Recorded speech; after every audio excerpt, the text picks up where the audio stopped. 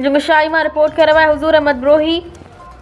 जुंगशाही railway फाटक ते rail की पटड़ी और रोड के हद में अनबैलेंस हुजण सबब हैवी गाड़ियों जो फासण रोज़ जो मामूल बणिजी वियो आहे, जेकरे कंहिं बि वक्त वॾो हादसो पेश अचण जो ख़दशो वधी वियो आहे।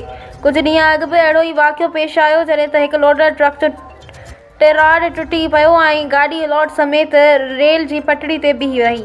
ट्रक के वॾो मुश्किल ऐं ज़ोर आज़माए बाद टॉचिंग ज़रिए पटड़ी तां हटायो वियो, जंहिं दौरान ट्रैफिक भी काफ़ी देर ताईं मुअत्तल रही। मक़ामी रवासियुनि ऐं वापारियुनि जो चवणु आहे त रोड ऐं रेल जी पटड़ी जी ऊचाई में फ़र्क़ु हुजण करे ख़ासि तौर ते वॾी वज़न वारियूं गाॾियूं लंघण वक़्तु फासी पवनि थियूं, जेको कंहिं बि वॾे हादसे जो सबबु बणिजी सघे थो।